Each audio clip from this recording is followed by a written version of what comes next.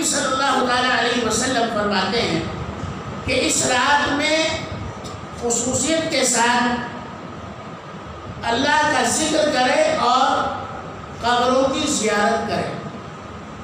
اب یہاں پر میں کسی مسلک کی بات نہیں کر رہا ہوں میرے بھائیوں، میں سچ مانتا جانتا ہوں، چاہے آپ اتفاق کریں یا نہ کریں، لیکن میں نے تو اپنے دل سے سارے مسلکوں کو بالکل الگ کر دیا۔ میں تو صرف مسلمان ہوں۔ آج ہم لوگوں کو جو سب سے زیادہ تکلیف ہے وہ انہی مسلکوں سے تکلیف ہے۔ مسلک جو ہے وہ عمل کرنے کے لیے ہوتا ہے، مسلک اختلاف کے لیے نہیں ہوتا۔ امام ابو حنیفہ کا مسلک ہے کہ یہاں نیت مانی جائے، یہ عمل کرنے کے لیے ہے۔ امام شافعی کا مسلک یہاں نیت ماننے کے لیے ہے، یہ عمل کرنے کے لیے ہے، اختلاف اور لڑائی کے لیے نہیں۔ آج ہم لوگ اپنے اپنے مسلکوں کو اختلافات کا ذریعہ اور لڑائی کا ذریعہ ہم نے بنا لیا۔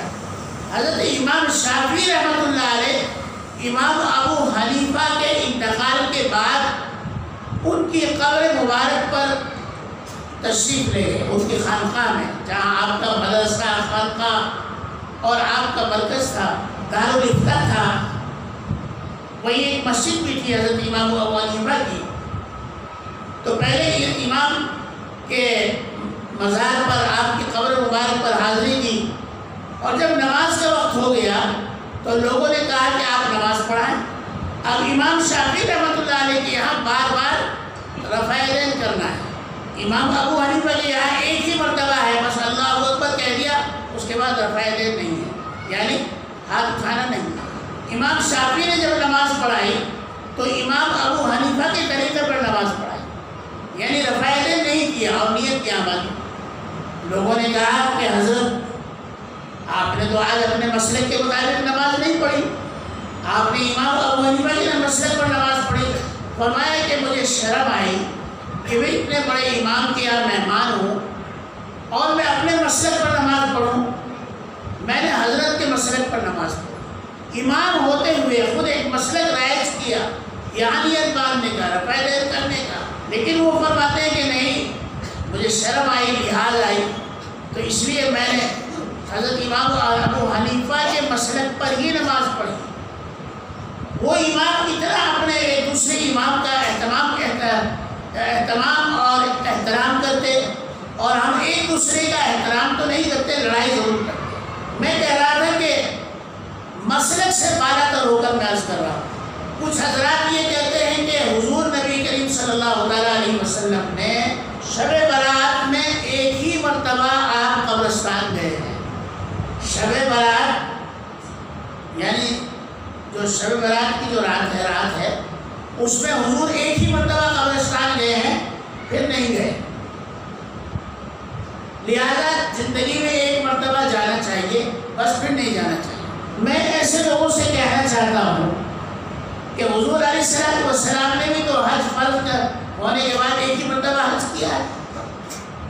بھائی جب حج فرض ہو گیا تو حضور نے ایک ہی مرتبہ حج کیا ہے، اس سے پہلے حج فرمائے، لیکن حج فرض ہونے کے بعد ایک ہی مرتبہ حج کیا ہے۔